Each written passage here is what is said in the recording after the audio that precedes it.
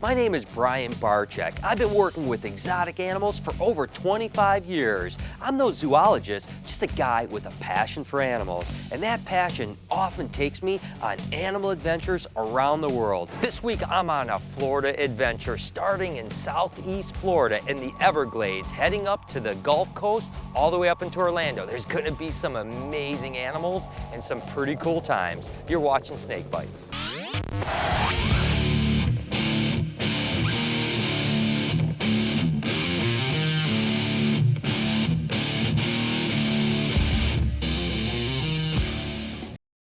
We're in Shark Valley, a part of the Everglades National Park, and we've already seen several wild gators, but there's all kinds of really, hang on a second guys, check this out, check this out. So guys, this is a really awesome snake if I can get him out, and these guys are so absolutely fast. I don't want to hurt this little guy. I tell you what, they are aggressive as all get out, so you gotta be careful as well. Get over here, onto this. All right, this happens to be a black racer. What a beautiful animal. Now these guys are, again, really sketchy, and they'll come back and they're lightning quick. Now what's interesting about these guys is they are in the colubrid family, although they kind of act like an elapid. So if you came up on something like this in the wild and wasn't sure exactly what it was, you would definitely think that it could potentially be venomous, but I've actually worked with racers before, and I tell you, you could just tell, this little guy, oh, he got me. This little guy is a feisty bugger, just like all racers are. And when they're born, they're absolutely gorgeous. Believe it or not, they've got really red patterning and just beautiful animals. But as they get bigger, they turn jet black. Now there's also a blue racer that's more north of here that's almost the exact type of animal. This guy is absolutely crazy, isn't it? I've said it so many times, it's so cool to catch a wild snake like this beautiful racer, but it's even cooler to let it go and see it climb back into the wild. He's been a good animal. He's only bit me a few times, so let's go ahead and set him back free. Go ahead, little buddy, get out of here. And you see how quick he disappeared? Just gives you an idea of how fast they are. That was an awesome time. Check this out. Now this is awesome.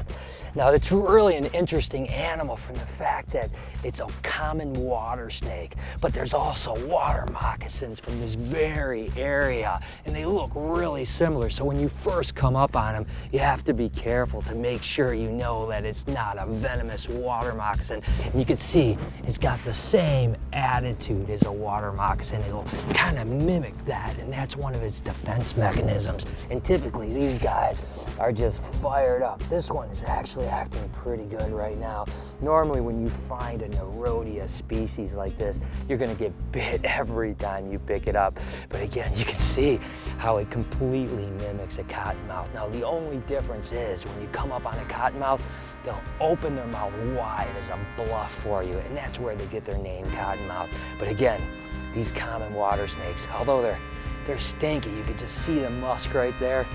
They're a completely harmless animal. And what's interesting is why it's on the road like this is the heat of the day has heated up this asphalt, and they come out of the swamplands to warm up. Probably gonna sit out here for an hour or two and get all the warmth from that asphalt and then crawl back into the swampland. We're gonna go ahead and help it across the road just so no bikers or anybody else bothers us.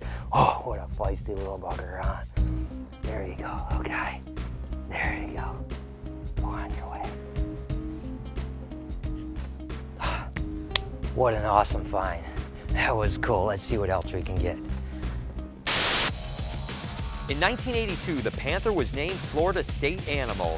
What is the estimated wild population for the panther in the state of Florida? A, 100 to 150, B, 250 to 400, or C, 500 to 750 animals? Go ahead and answer down below in the comments and check back later in the show to see if you have the right answer. In this week's Reptile Report Spotlight, we'll be highlighting crested geckos. Go ahead and check out the URL down below or click on the link in the description. Next stop was a visit to Tom Crutchfield. Spending the day sharing his vast knowledge was amazing, not to mention being surrounded by so many majestic animals.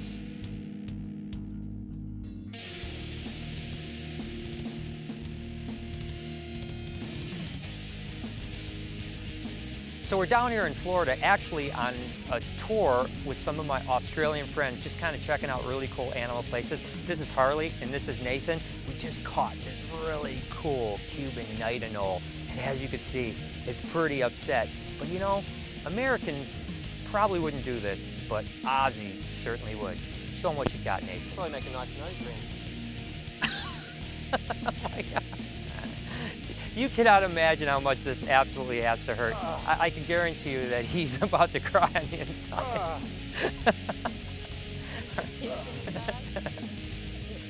And this thing isn't going to come up. Okay, Harley, what do you say? Want to go out and get some dinner?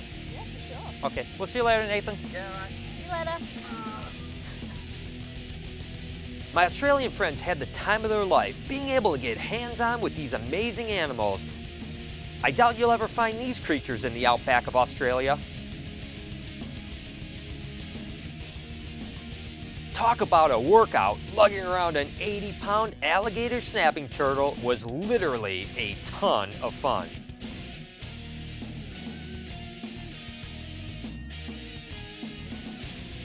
One of the things that I really enjoy coming down here is Tom's caging and outdoor enclosures. Now the whole idea here is basically so that the animal has a choice or a temperature gradient. If it gets sun all day, it can come out here and bask, and it can also go in the shade. Whatever that animal wants, it can get, and he thinks that's the key to his success with breeding some of these species. And speaking of incredible animals, take a look at these guys here. You will not see these anywhere else, maybe in the entire country, if any collections around the world.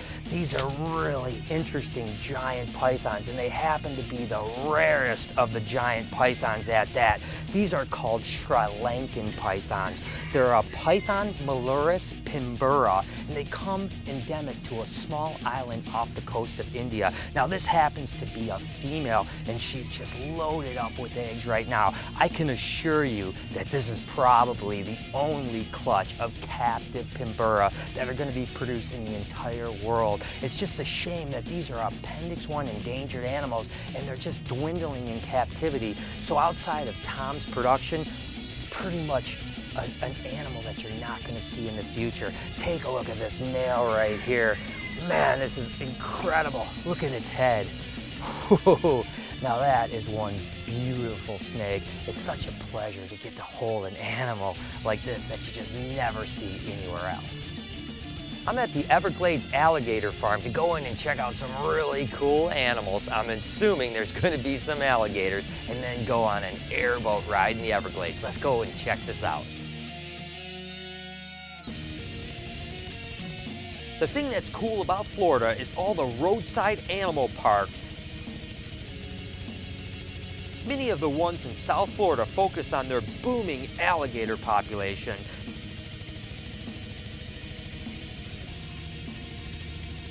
But there's plenty of other animals to see here.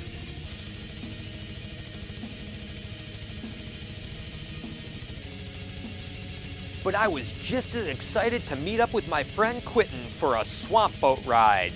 There's no other feeling like zipping across the top of a swamp at 50 miles an hour, and Quentin was happy to show off his mad airboat skills with a series of 360s. As much as I love animals, I'm not gonna lie, this was the highlight of my day.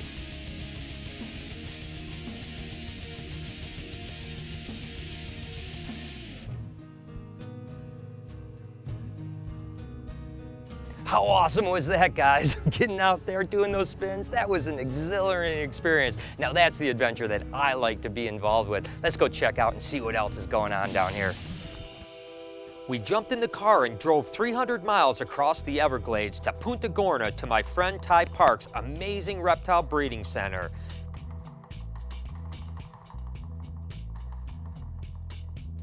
Ty was more than accommodating and welcomed us with open arms. Just spending time with Ty, you get excited from his passion for the animals he works with. And trust me, he's got one of the most impressive lizard collections on the planet. But on this adventure, we didn't stay in one place for long.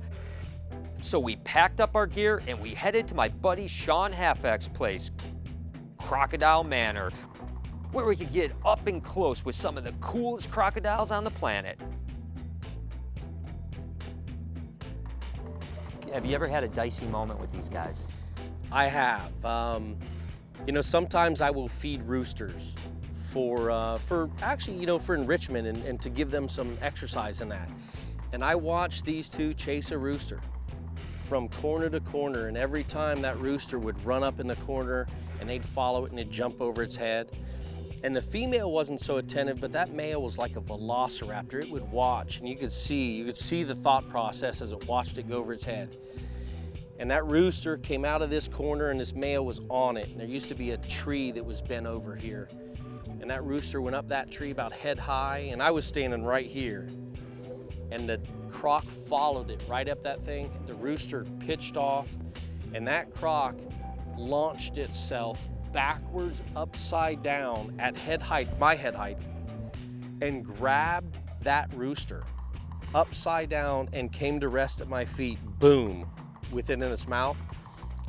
And I gotta tell you, I know I was slack-jawed, and I was just like, what did I just witness? You know, I mean, I've seen their agility. I've seen them clear 3-foot structures and never touch it.